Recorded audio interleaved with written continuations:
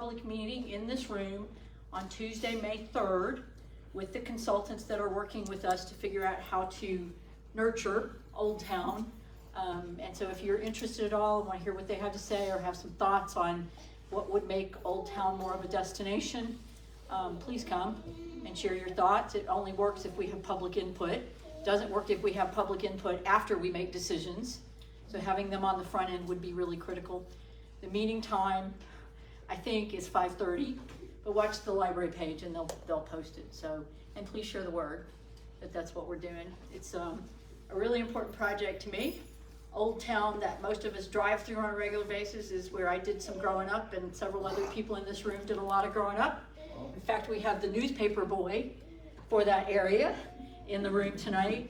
And so it's really where everything began. And we don't want to lose it because we didn't pay attention to it. It's been damaged by a couple tornadoes and a couple fires and a tornado. So Mother Nature's already delivered enough of a wallop to us not to be able to take care of it at this stage. So, all right. Tuesday, May 3rd, do you have a time? Tuesday, May 3rd, 5:30 in this room. But please watch the library page because I confused myself about the times earlier this afternoon. So it may be 6, but I'm pretty sure it's 5:30. Okay. Everybody ready? You know the routine now. I'm Alicia from the Historic Commission. I also get to pretend to be Dana from the library today because Dana's not able to be here and very regretful that she's not. Reminder that we have a fabulous history section in this library. If you go over to the left side of the library, we continue to build it and build it with input from people who are from this area that have materials that they want to share. So it's always a good resource after one of these sessions or before it. How many of you were here last time? Goodness gracious. All right, takeaways from the session? It's fabulous. Okay, that's a great takeaway. What information did you glean? I went the next day to see the original logging area on that. On Sugar Ridge? Yes, Sugar Ridge. Okay, so you were out in my neck of the woods and I you went didn't there. stop. Good for you. So the session last time was on logging in Spring Hill, which most people don't realize we had a logging industry here. Phil Bennett did the presentation. I know my vocabulary expanded because there's all these logging tools and things that he mentioned and words that we use now that we had no idea that they came from the logging world. Any other recollections, takeaways from that? Besides, it was fabulous. Okay. Tonight, we're really excited. We've been trying this for 4 months, I think. JoAnn McClellan, born and raised in this neck of the woods, also the county historian, and the president of the African American Heritage Society. Thank you. Get that right.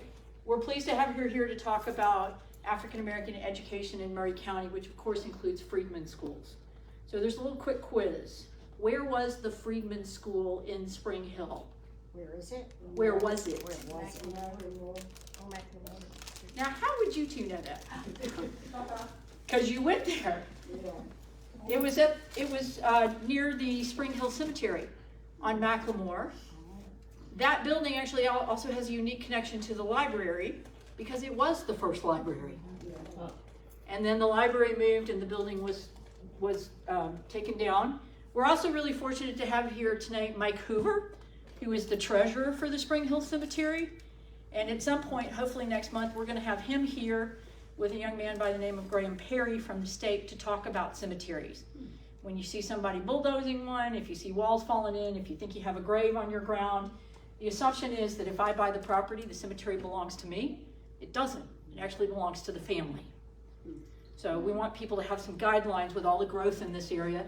And then we'll have Mike talk about some of the residents of the Spring Hill Cemetery. Are we going to have a tour? Of the cemetery? Yeah. Well, Can you talk about that? you're one step ahead. Oh, I know. As usual, sit on those hands. Mike's going to talk about, I think, the residents of Spring Hill Cemetery, many of whom lived on Main Street. So the remaining residents that are there, there's a connection there, there's stories there. Our goal is at the end of June, on a hopefully cool evening, to figure out a walking tour of Old Town to include the cemetery that will hopefully allow you to put some of the pieces of the history that you've heard over the last few months together. We're going to take summer off, it's too hot. all gonna hide out in the air conditioning. Yeah. And then in the fall, we'll start back up with some of the same topics with a little bit of a different slant or some different topics. And certainly we're open to ideas on topics if we've missed anything. So I'm thrilled to see that we have some familiar faces in this and we've got some new faces. I'm gonna turn this over to JoAnn. I would ask that if you can, hold your questions until she gets done speaking. I know as a speaker, it's a little hard to go sideways in a conversation, but thank you for being here. We're excited that you're here and it looks like you got a good crowd, except for a couple people on the back row. Now, I don't want you guys to start throwing rocks at me, but the people who are here could not have attended a Freedmen Bureau school. The school that you attended was a Rosenwald school. The Freedmen Bureau School was started in 1865, but let me walk through the presentation and you'll see it. The mic. No, it's not. Is that better? Oh, yeah. Better start over. I started researching education of the African American experience in education of Maury County about in 2015. I think 2015 or 2013. The educational experience here, or the education of African Americans here, was the most, I think, exciting thing that really happened. I'm working on a project, an oral history project with an organization, and I've been trying to get a list of people to interview. And I called someone and I said, I want you to participate in this project.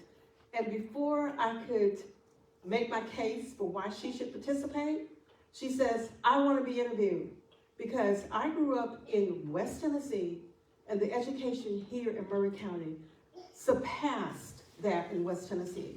And I said, well, what do you mean? And she said, when I went to TSU in 1961, my classmates were from Maury County.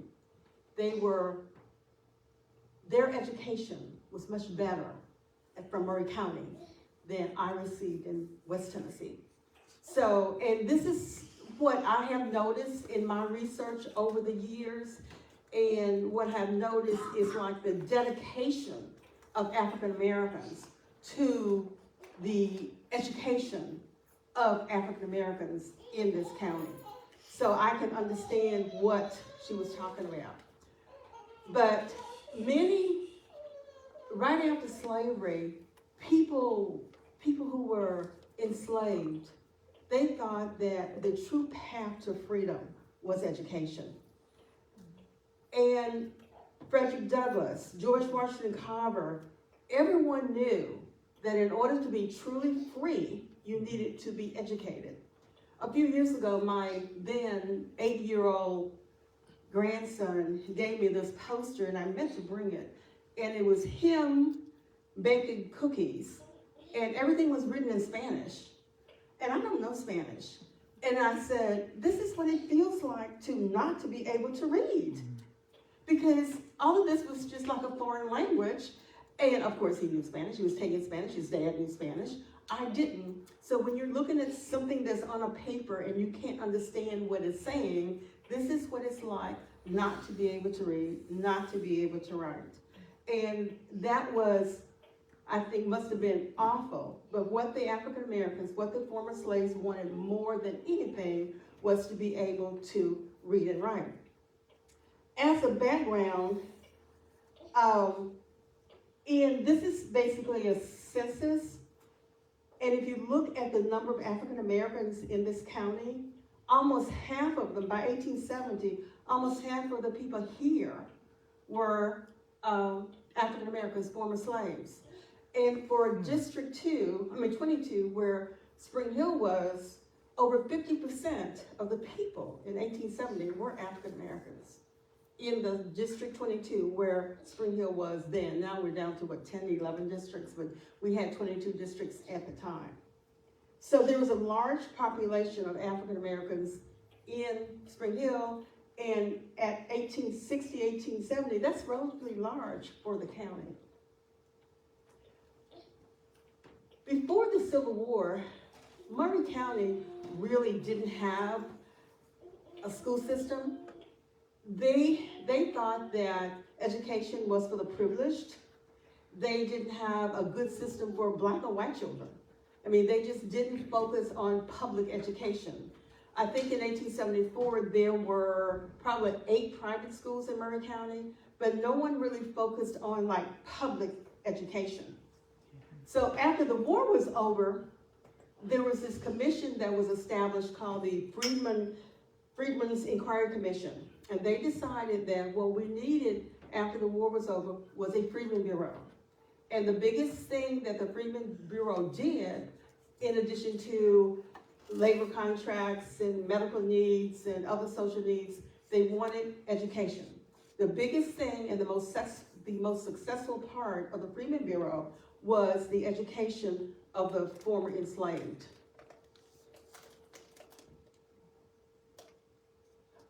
The first school that was established here was a school for freedmen. It was not a Freedmen Bureau school.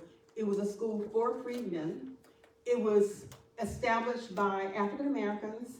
Actually, it was established by some of the founders of the Mount Lebanon Church, because this school was over on Maple Ash Street where the old Mount Lebanon was. They still had to submit reports like that in every school that was started for former slaves. They had to submit a report to the commission. I'm gonna have problems with this. There's a question that appears on all these reports. There are thousands of these records, and I spent weeks and weeks at the TSLA reading these files, trying to find information about Maury County. Now all this stuff is on Ancestry.com, so I don't have to go to TSLA. But this question here was, state the public sentiment. And this guy, Thomas White, who was African American, he said, no opposition at all. Now, if you look at more and more of the reports, you'll see it really depended on what community you were in or what county part of the county you were in to determine whether or not there was opposition to the former slaves learning to read. The one other thing that he talks about was the last month we had 93 kids, this month we had 83 kids, and the decrease was because some of these people had to leave school. Some of these students had to leave school to go pick cotton, which was normal. In 1865, in September, Clinton B. Fisk is the guy that Fisk University is named after. He was a brigadier general. He came to Maury County. His whole mission was to start a school, a Freedmen Bureau school here in Maury County. This guy named Henry Eddy came with him. Henry Eddy was the first teacher of the Freedmen Bureau School in Spring Hill, and the school was started September 11th, 1865. He was from Harmony, Illinois. When he came here, he was basically a lonely person because none of the white people were associated with him because he was teaching in a Black school. The school was in a barn. They had to clean the animal drippings from the floor. They had logs for benches, but he taught these kids. And one thing that he said was these kids none of them could read or write, but they were eager to learn. These kids wanted to learn. They wanted control of their lives. And in a few weeks, he had 57 students. He also had something called a Sabbath school. So not only did they want to learn to read and write, they wanted to learn to read the Bible because people had been interpreting that for them. And they wanted to be able to read the Bible for themselves. And that was like very important. So most of these freedmen schools had both a day school to learn to read and write, and then they had a night school where adults attended so they could learn to read the Bible. Teaching here was a sacrifice for Mr. Eddy. In fact, Mr. Eddy's descendants came here to this library about 10 years ago, and they brought a copy of his diary, and they donated a copy of the diary to the Maury County Archives. So if you're interested in more about his story, and you can read the diary, it's not the complete diary, and I got his contact information. I called him because I wanted a copy of the complete diary. But in the diary, the part of the diary that they left at the Maury County Archives, it talks about some of the struggles that he had in trying to keep the school, the Freedmen Bureau School here in Spring Hill. They started out in this barn, but they eventually bought land for like $450, and they were able to build a school, and this school was expanded. But to this day, I have not found a copy of the deed where they purchased this land, and I have been looking, because that would pinpoint exactly where the school was. This is why I said, I don't know where that school was. I would suspect, because he talked about being close to town, I suspect it was close to town, but I can't pinpoint exactly where that Freedmen Bureau School was. So the war ended April 65. By October 65, we had all of these Freedmen Bureau schools all over Maury County, including the Rutherford County one, which is the one that came from the Bunch Farm that's at Rivervilla. It was on Rutherford Creek. The other thing is, Mr. Eddy he talked about some of his students. He had one student named Anna Bond, and she apparently was a very good student, because after she graduated, I guess, from his class, she was assigned to teach at a school, a Freedman school in Mount Pleasant. And what I think is exciting, I know you guys can't read that, and I'm going to have trouble reading this without my glasses, but it says that I have been here but a short while. It says something about excuse the mistakes. It says, I have been here for a short while. I hope you will look over all of my mistakes. Indeed, sir, 3 years ago, I had neither the privilege nor the ability to use a pen. So Anna Bond, and I'm sure she's related to the Bond family somehow, but I haven't been able to make the genealogy connection.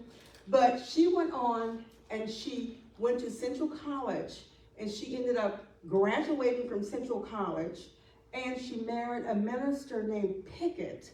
And I think that they're buried in the Spring Hill Cemetery, if I remember correctly. Anna Bond. One other thing that surprised me about the Freedmen schools, when I was studying the Freedmen schools, I would always hear that the teachers were old maid white women. In Maury County, look at the numbers. The 7 black males, 0 black females, 4 white males, and 3 females. 50% of the teachers in the Freedmen School in Maury County were African Americans. I didn't know that until I started looking at those pages and pages of records at the Tennessee State Library and Archives, and looking at the teachers' names. And with every teacher, they had a little COL''D to let you know that they were colored. So I started doing my own statistics, and for those first 9 schools, 50% of the teachers were African Americans. And the teachers here, they were at the Freedmen School that was in Columbia at the Female Institute. And and Mr. Potter, who was like over the school, of course he was white. But I thought that was like an interesting statistics because, in fact, I was meeting with an MTSU professor once, and in fact, we were interviewing her on History's Hook, and she talked about the makeup of those teachers, and I said, are you sure about that? Look at what I found in Maury County, and then she confirmed that about 50% of the teachers here were African American during the first few. Now, the Reconstruction period lasted from like 1865 to 1877. Now, I have not looked at every single school and every single teacher for that whole period, but in this first blast, 50% of them were African American. There were schools that were established that were not a part of the Freedmen Bureau, not a part of the Freedmen Bureau makeup. And this is one school, Mount Zion Missionary Baptist Church. You know where it is over on Les Chapel Road? Land, D.T. Chapel donated land in 1871 for school purposes. And this is where the current Mount Zion church is. That's been around since 1871. And oh, by the way, some of my relatives were in that church probably in 1871. The other thing that I think is interesting, in 1874, in a newspaper article, the Maury County School Superintendent published the scholastic population. There were, in Maury County, school age between 6 and 18, 5,312 blacks, 6,113 whites. It's like over 40%. So we need schools, right? The Tennessee tried and failed many times to come up with a permanent school system. And then 1875, a new law was passed creating a state Board of Education in Maury County, in Tennessee, that said separate schools for black and white children. And that would just sort of set the nail in the coffin, if you will, because now it's a law, must be separate schools. In 1875, this man came to Maury County. His father and mother were here. They moved away. His father bought his family from James K. Polk's son-in-law. They moved to Massachusetts. But John came back in 1875, and he started the first public school. He and a guy named Wigball signed a contract with a colored orphanage to use it for schools for a school for 3 years. And they did that free of charge. So this school was it's near where Old College Hill is, and it's up on like near White Street and Bridge Street. And this is where the school operated for several years. JoAnn, we have a lot of new folks here, so can you give some landmarks to the Old College Hill? Okay, For those of us that are fresh. Okay, Old College Hill.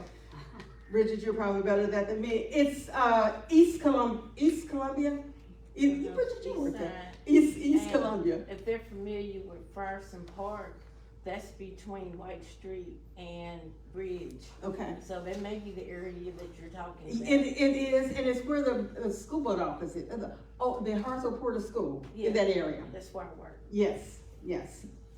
So John H. Kelly came down, and he started the first public school for African Americans, and he started in this orphanage.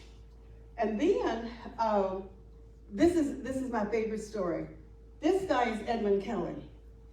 Edmund Kelly, and I'm going to back up a minute. Edmund Kelly was a slave in 1834, 17 years old, working for a boys' school. He paid those boys in Columbia. He's born and raised in Columbia. He paid those boys with candy to teach him to read. And he would say that in his diary, if you will, he said every night he would go to bed and he would pray to God that at 11 o'clock he could wake up just to study, because these boys allowed him to use their books. So he would study, then the next morning they would come and they would drill him. This is Edmund Kelly, the father of the guy that started the school. So in Edmund Kelly ended up being, I found records about Edmund Kelly at the Library of Congress with the Lincoln Papers. He ended up visiting with Abraham Lincoln before the war ended. He ended up being hired by Abraham Lincoln to minister to the former slaves behind the Union lines. He was a prolific writer. He wrote pamphlets, and this is one of the pamphlets that he wrote. And he wrote this in 1876, and I'm going to have to read this again. And it says, 1876, Tennessee just passed a law that in 1875 that says separate schools. He said, colored separate schools being the order, the powers that be, continue to get them up in every destitute region in private houses, church edifices, or in the open air, and employ colored teachers in them. Don't wait for outsiders. Begin among yourselves with your own children. Although your books may be few and your information limited, persevere and you will come out okay. This is Edmund Kelly. Now, the African American Heritage Society recently put up a historical marker for him that is near Mount Lebanon because he was a co-founder of Mount Lebanon Church. But this is John Kelly's, he's Edmund Kelly. It's in the DNA, education, the importance of education. So John started the school, and he continued the school, and then in 1885, the mayor and alderman of Columbia decided that they were going to have a common school education, one for black kids, one for white kids. The next issue was to find a suitable school. They decided to use the Andrews School for the white kids, but they had no building for the black kids. So what they did was they closed that school that John was holding in the orphanage. They closed it for an entire year, and they used the teacher's salary to build this school. This school was very basic, no lunchroom, no bathrooms, but a very basic school.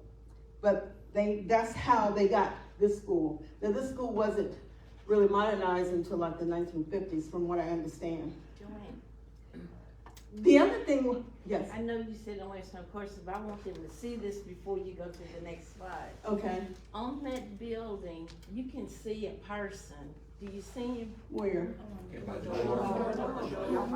Oh, yeah, by the door. Right here, Up, Yeah. up. No, Right there. over. right here. Nope. Where, Bridget? I saw this picture and I just always found it amazing. There's a person right here. A bear? Oh, wow. Can you see him? Who is it? I don't know.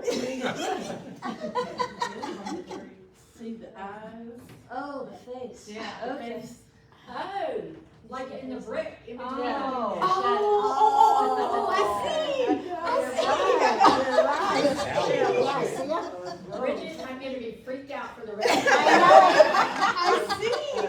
I see. Yes. But the biggest problem that they had was finding teachers to teach these kids. We had the 1886 now, the school was started. We had the Freedmen Bureau schools that have been operating for like almost 20 years. We had no teachers. So John Kelly, the principal of that school, J.W. Johnson, who was his first cousin, R.G. Johnson, who was J.W.'s brother, a Dr. Hunter, a Dr. Davis, and a Dr. Braxton. They started something called the Maury County Colored Teachers Institute. This operated from like 1890 something to like 1910, 1912. The Maury County Colored Teachers Institute. And what they did was they taught the newly hired teachers, the people desiring to be teachers, in the art of teaching. And they would run these people through the school, and they did it mostly in the summers.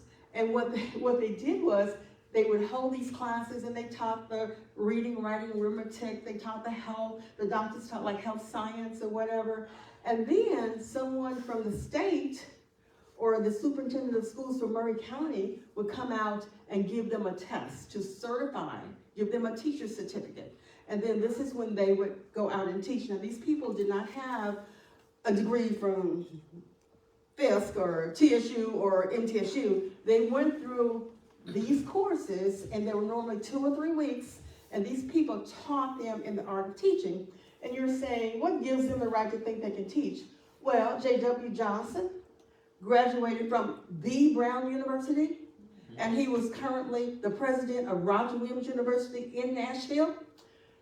RG at the time was working at he became a teacher and then the principal of College Hill, but at one point he was a professor in Alabama at some college, and then he graduated from Roger Williams University. And all of these doctors, they are not from Maury County, and they have degrees from medical schools, a couple from Harry, and they came down here. Dr. Braxton, not only was he a physician, he was a pharmacist. So these were educated men. They were teaching in the summer. These I would say about half male and females in the art of teaching, so they could go out to these Freedmen Bureau schools and continue to teach the African American kids. And to me, that's amazing. That is really amazing. This is not something that was scheduled except for the testing. This was not something that was put on by the school board. This was something that these men decided to do to make sure that we had teachers, qualified teachers, to teach the African Americans in the community. And these teachers went like all over the county. Now we come to the Rosenwald schools.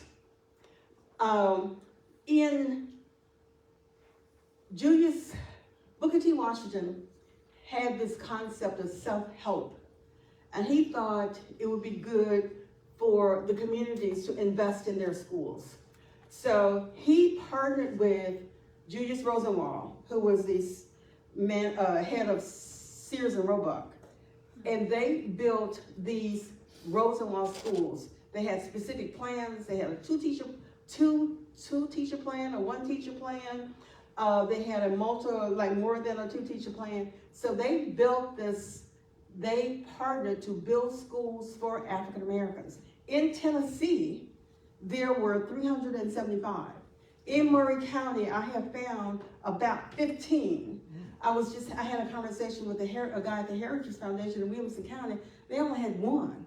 We had 15. And Bridget, they're thinking that some of the kids from here went to theirs, but I don't think so. But these Rosenwald schools, in 2006, they became national treasures, and they became protected. And there was a whole bunch of funds available to preserve these Rosenwald schools. So along with Booker T. Washington, there was Julius Rosenwald, who was, like I said, president and CFO of Sears. And then there was this lady.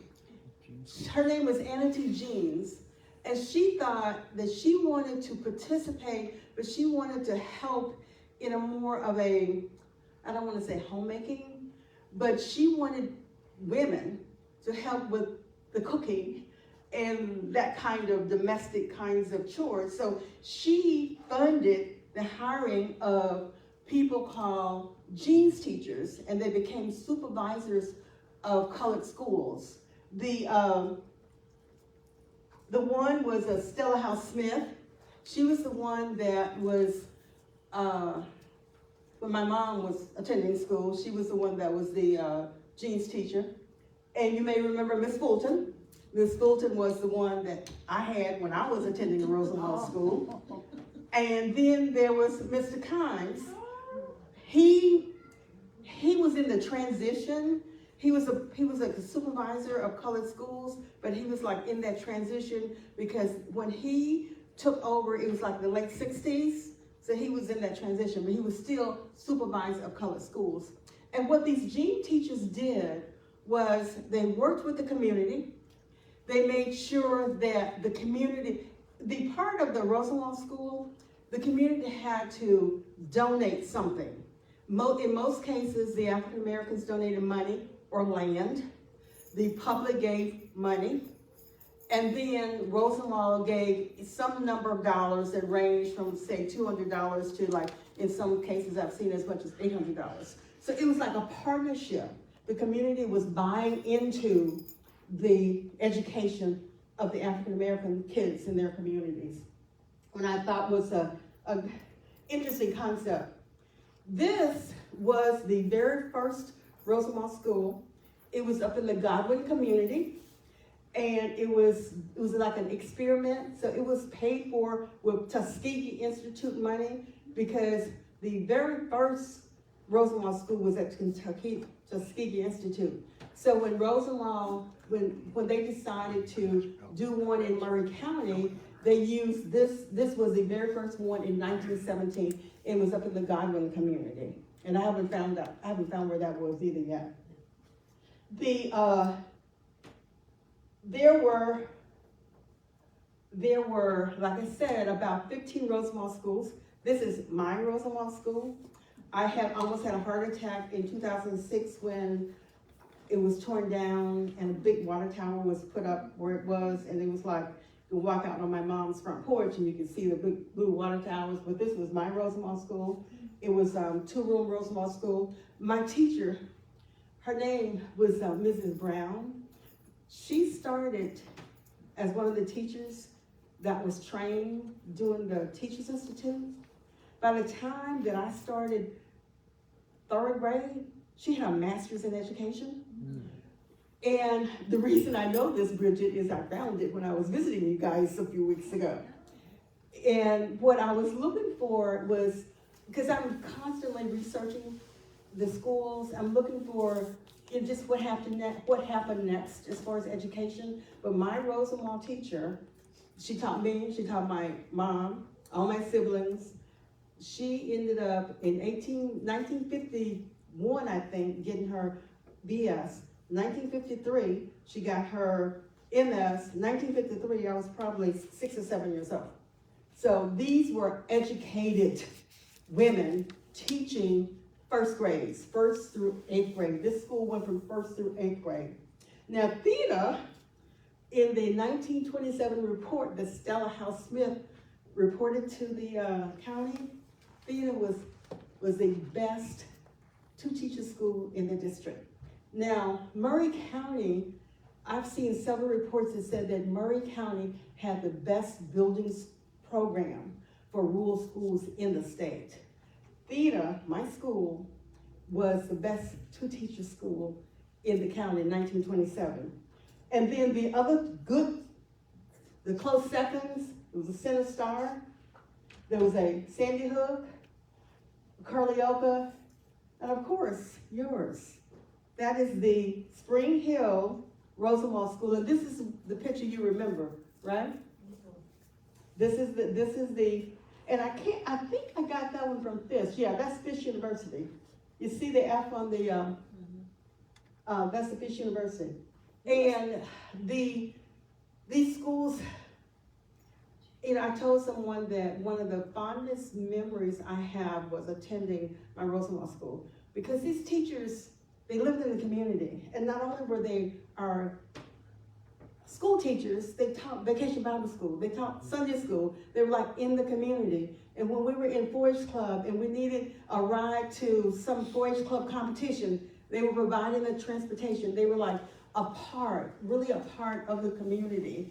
And I have fond memories of my teacher, and she used to say every morning, I think for 7 years, I skipped one grade. Every morning for 7 years, she would stand at that front door and she would say, good morning, hold your head high, because you are somebody. And she would say that every single morning as we walked into that class. Now, when I went, the number of kids started to dwindle, and my 8th grade graduating class only had 5 people. But this is the kind of person that she was. But it was in her DNA too, because she was a daughter of a teacher that taught or started the Gravel Hill Freedman School. So it was in her DNA too. And she had that I'm not sure what it is, the attitude that you need to learn, she made you want to learn. And this is the kind of teacher she was. And this is the kind of teacher I had most of my education, elementary and secondary education. And then there's Clark High School. It's in Mount Pleasant. It was originally called the Mount Pleasant School, and it was a 4-teacher school. It eventually became a 7-teacher school, and they had 3 high school grades. Then, of course, it became Clark Training. It was named after Dr. Clark, who was really focused on helping to educate African Americans. So this was the only school that I have found that was a Rosenwald school that ended up becoming a high school. And this is my favorite school. You guys see the article in the paper, this school burned a couple of years ago. And it was a beautiful school. Across the street from Canaan Church, it was a Canaan school. And it was used for their fellowship hall, and it was mysteriously burned. And I took this picture in 2015 when I was traveling the county looking for schools. And I'm glad I took that picture, because I think this is probably the most recent picture that we have on the Canaan school. And then there comes College Hill. In 1946, College Hill had been going for, was that 40 years? No, it's more than that, 46.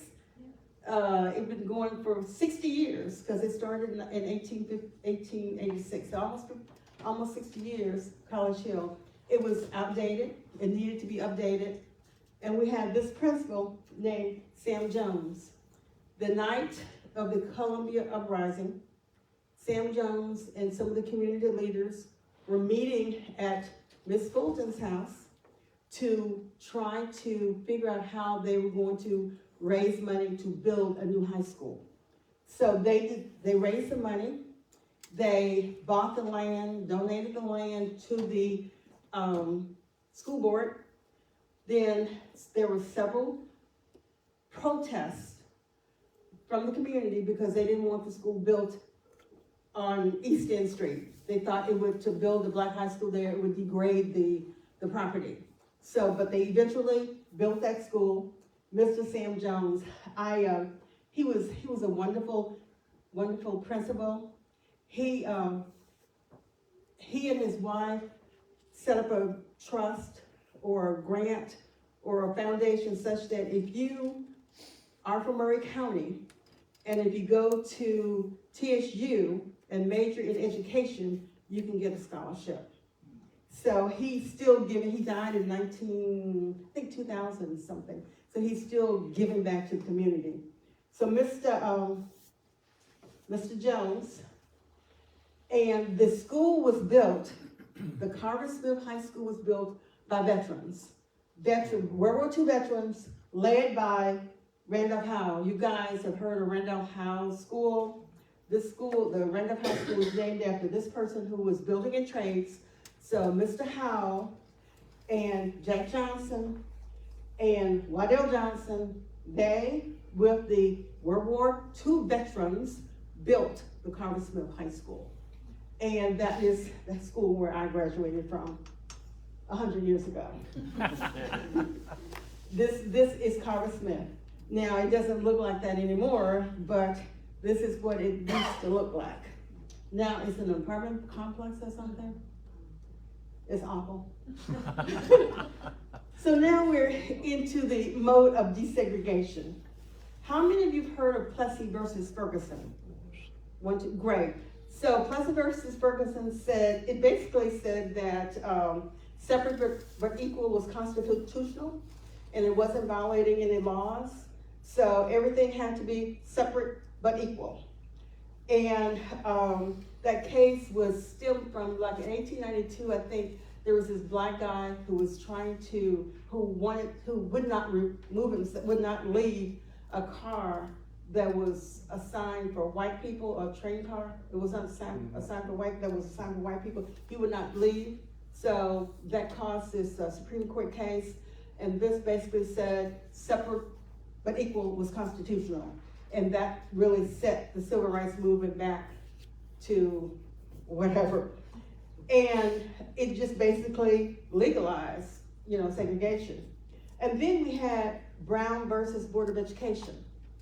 Oh, by the way, a little side note, I got a call a couple of months ago, the great-grandfather of the lady involved with Brown versus Board of Education is from here. And I'm having to chase that down. It's just on my one list of things to research.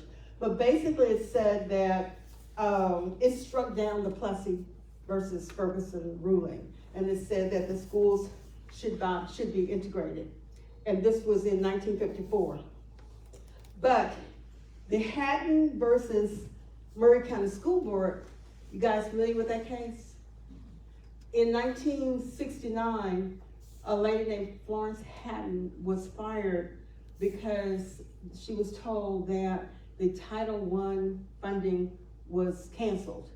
But then the school system continued to hire white Title I teachers. When she found out about it, she filed a suit. And in filing that suit, the courts found out that the Maury County school system had not been integrated. And that Maury County had something called choice. But the choice system was not effectively integrating the schools. So from 1954 until 1969, there was basically no integration of the Maury County school system because of this choice. I can think of only 2 people that I personally know that opted to take the choice to go to a white school. But they found out about it and they said to Maury County, you get your schools integrated this is 1968, by the end of the 1969-70 school period. And then we had the other issue, a Reverend Harris and a Mr. Caldwell. They liked the idea of integration, but they wanted to keep Carver Smith. They wanted to keep a community school. But the school board decided to close the black school, and the court ruling was saying that what they wanted to do was reasonable, so Carver Smith was closed, and the rest is history. So that's, this is Maury County's education of African Americans in like a nutshell. Are there any questions? Well, I want to make a comment. Yes. That, I don't know the 2 people that you know as far as choice, but I was the first one in the school here in Spring Hill. Oh, were you? Good, very good. Yeah. What year I was didn't that? want What to year be, was but that? My dad made me, but I didn't have a choice. What year was that? In 64. 64, okay. Did you know Zachary Holmes? Mm-hmm. Did you really? Zachary Holmes, the kid that grew up with me, he was valedictorian of his graduating class. I remember him. Yes. And I think I gave Jessica some information for a display. African American, the first valedictorian of the Spring Hill class. Yeah, good. Yes. Could you speak a bit about the funding for these early schools? I mean, was there a county-wide system of funding? Were there property taxes? You had schools in Columbia, school in Spring Hill. How was it funded? And were the white schools funded differently from the black schools? That's an interesting question. To purchase the schools, the land, the community had to donate land or come up with some money.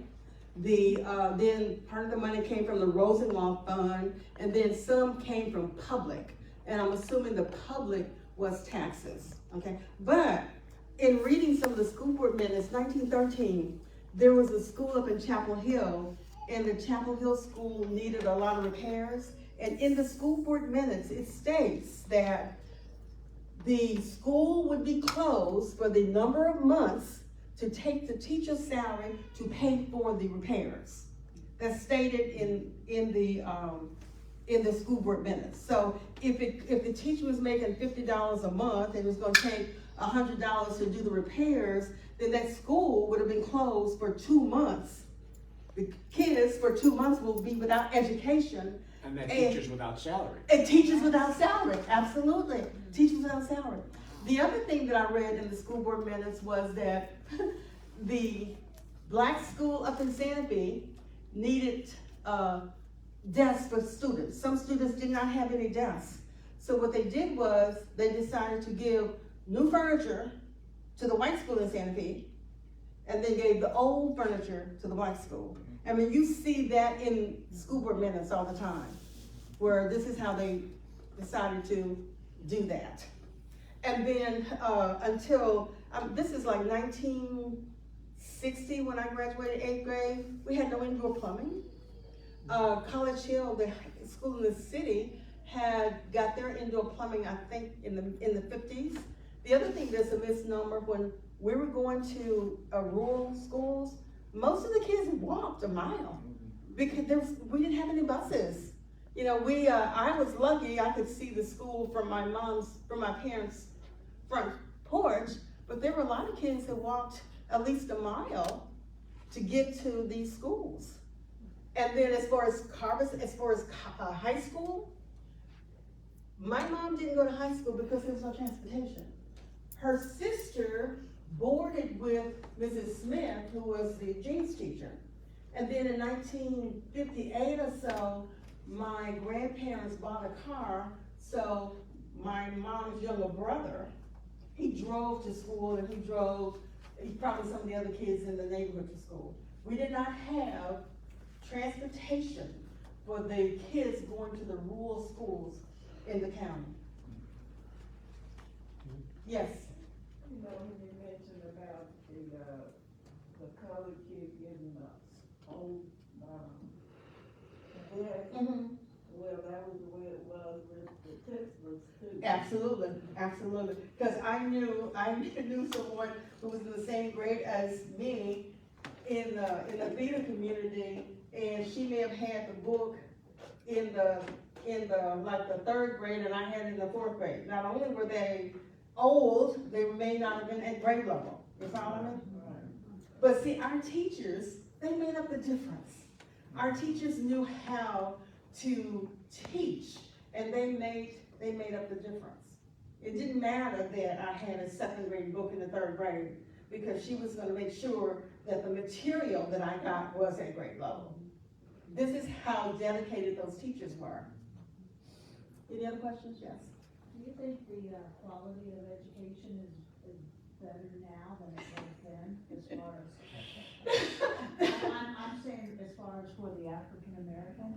Or the dedication of them trying to get education? It's hard, you know, my son graduated college in 1992, and it's hard for me to say. My grandson is just graduating, and he's an A student. He's taken all AP courses. My son took all AP courses, so it's really hard. But I don't know whether or not it is like the school, or is it a combination of school and student? Because when we were, you know, I only had the one kid, and, you know, we made sure that he was exposed to the best education. My husband was in the military, we moved around a lot, and when we decided to buy a house, when we moved from, say, St. Louis, Missouri to Dayton, Ohio, we decided on where the house was going to be based on the quality of the school system. And this is where we moved. And the same thing with my grandchildren. They live where the school is one of the best schools in the community. But see, I don't know, in a town like Maury, I don't know. But I still think that learning is a combination of parents and teachers. I don't think that you can give the entire responsibility to the teachers. And I think that there's the parents have responsibilities to make sure that the kids are getting they're being taught. Now, my grandchildren, well, my son too, you know, the first trip we made was always to a bookstore. And my I still have the books I bought him when he was 3 years old. He could barely read, and they were like sports books. These hardback sports books. And the same thing with my grandson. You know, when we go visit our grandson when they were younger, you know, we would go to lunch and go to B. Dalton, B. Dalton's bookstore, and then he would come up with this, well, Grammy, I want all of these. And, you know, and he's read every Harry Potter book that probably was ever published. But I think education these days is really different, and it's a combination of both parents and teachers and support organizations. And it's more the parents, and you know, we decided when my son was in high school, if I didn't like the courses he was taking, I went to the school and said, no, he's not gonna take this. Because I remember one session we had one of his teachers, my son played baseball in high school, and I didn't like the fact that he had, didn't have enough math and science, and we went to meet with the counselor, and the counselor said, we want him to take this, this, and this, and he was in the band, and he was playing baseball, and he was already agreed to do like a 0 period, so that he would have enough hours in the day to take all this. And the counselor gave him this little nothing class schedule. I says, no, he's going to take these courses. And the counselor said, well, you know, he can get in the top level schools if he takes these courses, but he won't have any fun. And I can't tell you what my husband said. But he said he won't have any fun. I can't tell you what he said. But that wasn't the point. The point was, we wanted him exposed to the materials such that he could be the best that he could be. And he wasn't going to do that by taking basket weaving 101 or whatever the course was. You know, he took the took the math and the science and the history and the whatever. So, but you have to, the parents still need to be responsible. What the kids are taking and what the kids are learning. That's just my five cents worth, and you know, I don't have any kids in school anymore, so I can say that, right? But that's my 5 cents. Yes, sir. Let's go back a little bit in time.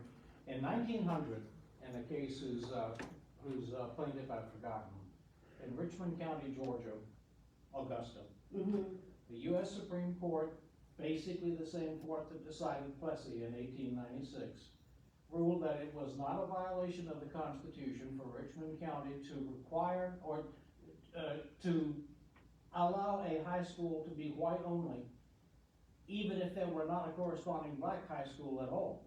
That did not violate the Constitution.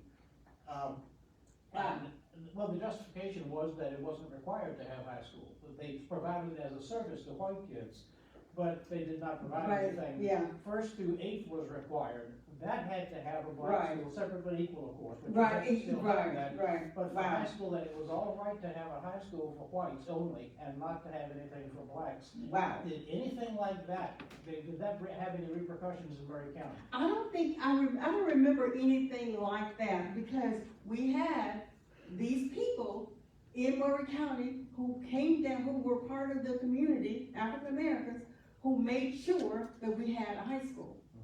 And the College Hill did not start out as a 4-year high school.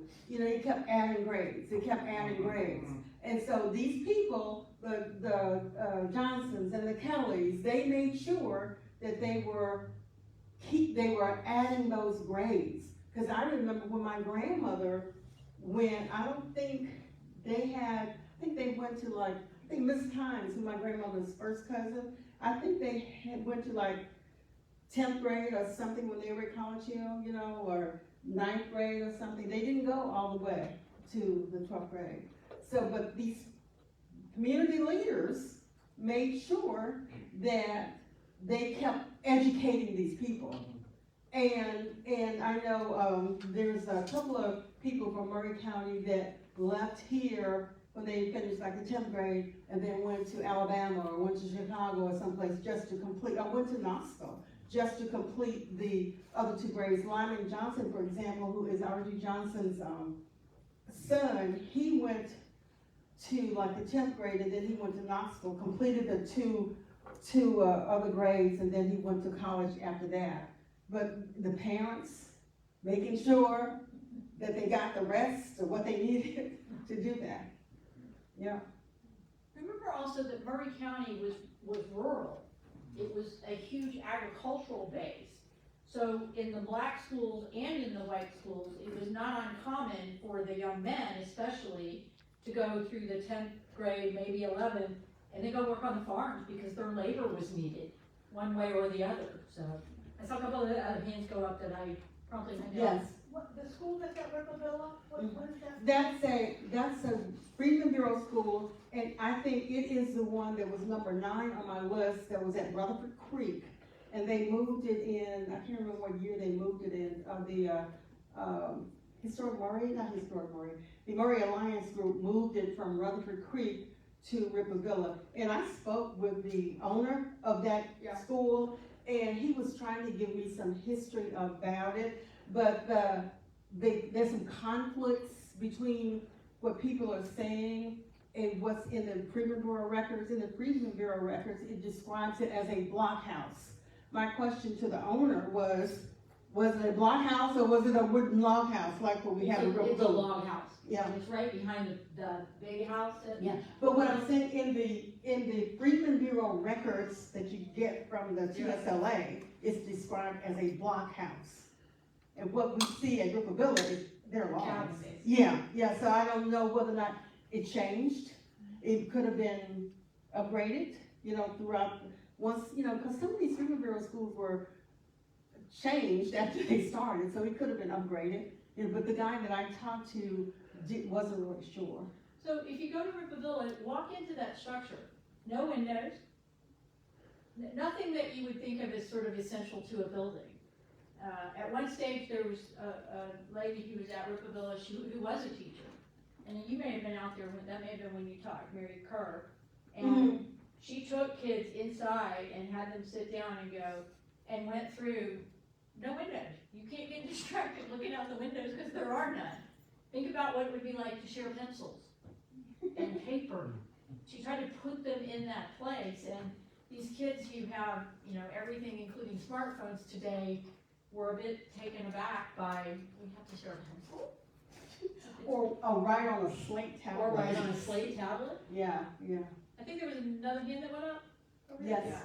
I just, wonder, was there a name for, like, the teachers back in the day that taught in the churches? And the reason I ask, because I know my triple great grandfather on the census shows him being a school teacher. And I was always told that he taught in where Mount Hope is Okay. down there, which was church. Well, So was there a name for for the- those type buildings? Well, they were churches used for school purposes or schools used for church purposes. Because Mount Hope was a school. I mean, they did have school there, just like Flint Valley. They had school in Flint Valley too. Because according to something I've seen, one of my great aunt taught at Flint Valley. So context, everybody know where Mount Hope is? Bridget, you want to explain where it is? You know what the laundromat is on Main Street? It's the little white church with the little steeple across the road. It looks like a newer building. It's actually home to a congregation that's been there for over 100 years. Yes, it is. Yeah. And Flint Valley too. It's out on 31. Other questions? Tom? Yes. I have another question. After the Brown decision, and each state and each community, also depending on how it manages public schools, seem to respond a little differently. But a slew, like mushrooms, of what I call segregation academies suddenly were founded. Yeah, Private schools, and so not covered by Brown versus Board of Education. right. And in my personal knowledge of this, white schools are basically, old public schools are basically depopulated and after a while become almost all black. And these private schools end up educating the white students of the county. Well, it didn't happen. At different times, Yeah, in different yeah, states. yeah. 1973 in South Carolina, 1950s, Prince Edward County, Virginia, even closed its entire public school operation Really? for 5 years.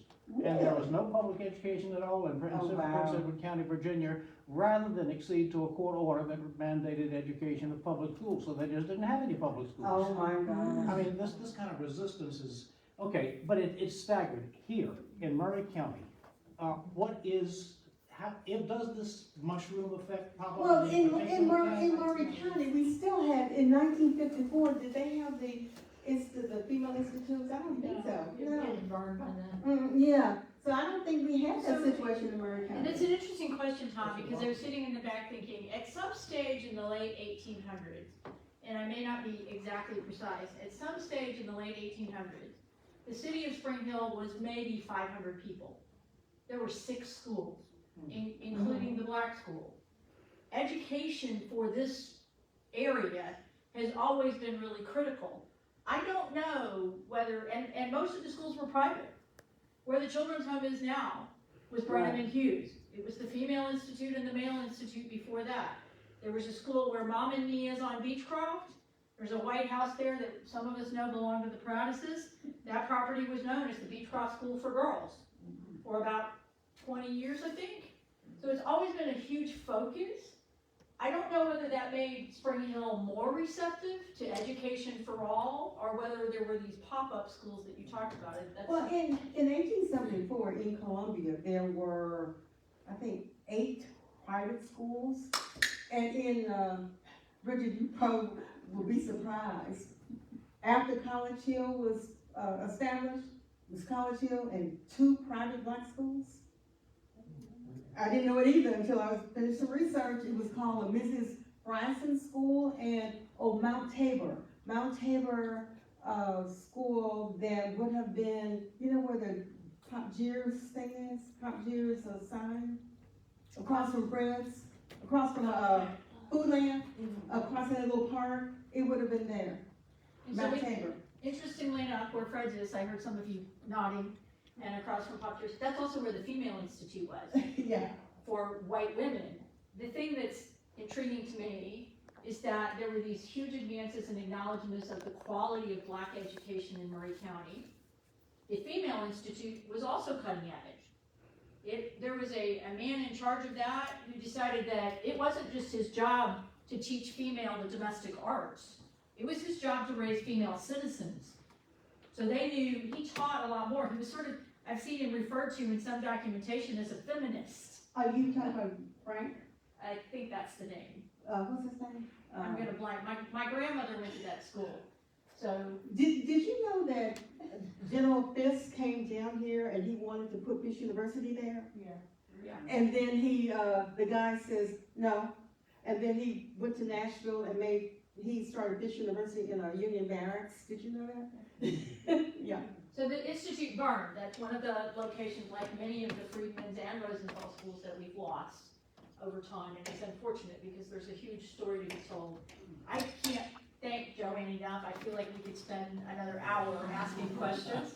So that looks to me like we're gonna have to have her back. I do want to follow up on some threads, and I actually write it down this time. Can I just make one comment? I am the founding president of the African American Heritage Society of Maury County. And I would like to invite all of you to come out and join us. We do a series of lectures every quarter, and we talk about history in general, and we try to focus on some history that sort of touches in Maury County. So I would like for you to come out, and we have a newsletter, and I'll start sending newsletters to We're gonna have some brochures or trifolds. that Yeah, she I'll will start have. sending newsletters to the library. The other thing, the African American Heritage Society was recently selected one of 6 organizations in the state of Tennessee to host a Smithsonian exhibit. So I will give, and the name of the exhibit is Voters and Voices, Democracy in America, and I will give, when we get all the details worked out, I'll make sure that some of the information is here at the library. We're gonna be hosting it at the Polk Home because we don't have a museum space yet. So we're doing that, and we're really excited about that, to be able to do that. And the other thing I wanted to, we do a history calendar every year. And I'm sorry, we do a history calendar every year, and we talk about some aspect of African American history. We've done the schools, Rosenwald schools, we've done churches, we've done activists and politicians, we've done women. This year, we're doing African American doctors and lawyers. It is African Americans who attended a school, historically black school or a white school in Maury County, that became a doctor or lawyer. And in this book, I have my high school boyfriend, who's a federal judge, and then there's a guy who's the attorney general in Illinois, and then a guy who was the first, I think he's the first commissioned officer in Tennessee, if not in Maury, I know in Maury County, if not in Tennessee. And we've just got a whole bunch of doctors and lawyers, and they go from the time periods from like early 1900 to 2013. So we have a kid in here who graduated from Mount Zion. Is it Mount Zion Christian Academy? And who is a lawyer. So I brought this for the library, so I'll leave it in the library. But we do that as a fundraiser. And what else are we doing? Talk about History's Hook. History. One of the many things that you involved in. Yeah, I'm an occasional co-host on History's Hook, and we are going to be interviewing soon a guy who graduated from Central, who's an African American, who's an admiral in the Navy. And then we're going to be interviewing a guy who is the director or curator for the Jazz Museum up in Nashville. So y'all remember Tom Price, who did the first presentation? That's who she co-hosted with. Yes. And see, what else can I tell And you? what radio station is it? Because I get the letters wrong. 101? I don't know. I think it's 101. Wait, Google History Hook, because they have some Yeah. wonderful interviews. Yeah, Yes, ma'am. just Google that, yes. Just wanna find out, when do you do your quarterly presentations? And we're doing them now at the archives, and because we had so many people in our calendar that graduated from Meharry, last week, we had the archivist from Meharry to come down and talk about the history of Meharry, because there's a Meharry connection here in Maury County, because we had so many people that went there. Also, her grandmother was a native of Maury County, so we had her come down. I'm gonna do a plug. I don't typically do this. JoAnn briefly mentioned the 1946 uprising in Columbia. I'm gonna ask you all to do some research on that. Probably not something that we'll cover in the series because it doesn't relate to Spring Hill. However, it's very important to the county. So Google that, there's some presentations. There's also a friend of mine who does a walking tour of Columbia called Hoofing It, Muletown, that stuff. Well worth doing, and she'll talk about the 1946 uprising. She also talks about the area, Mink Slide and the Bottoms and the African American part of Columbia. So that's another resource. You mentioned Mr. Eddy, and Mr. Hoover over here, if I'm remembering correctly, has been doing research on Mr. Eddy and what he did here. Do you want to add anything to what JoAnn said about the first school teacher? I don't think I have anything that you didn't have. I've really been researching, have you heard of Professor Byers? He ran the Spring Hill. Yes. Course. I've been really trying to research him lately. Okay, So. yeah. So if you're on Facebook and you do not currently follow the historic Spring Hill Cemetery page, please do so. Mike is doing an incredible job of digging into biographies, and I can tell you as an almost lifetime citizen or a part-time citizen through my youth and lifetime now, he's got information on people that I grew up knowing that I didn't know about them before they got to Spring Hill. So a lot of history in that place, and part of why we will do a walking tour. If you guys have any suggestions, particularly because many of you are regulars, if you have any suggestions on specific things you'd like to see, we're not going to go inside homes. Most of them are privately owned or privately businessed. But I do wanna give you context for the community. I'm also trying to make us not walk like 14 miles, because, we've walked it, and Spring Hill is actually much hillier by foot than it looks when you're driving it. So, we'll figure that out, and that will probably be a June evening, but I know there's more questions for JoAnn. I'm sure she'd be glad to answer them. I want to be respectful of everyone's time. The library actually closes at 7 and it's 7:15.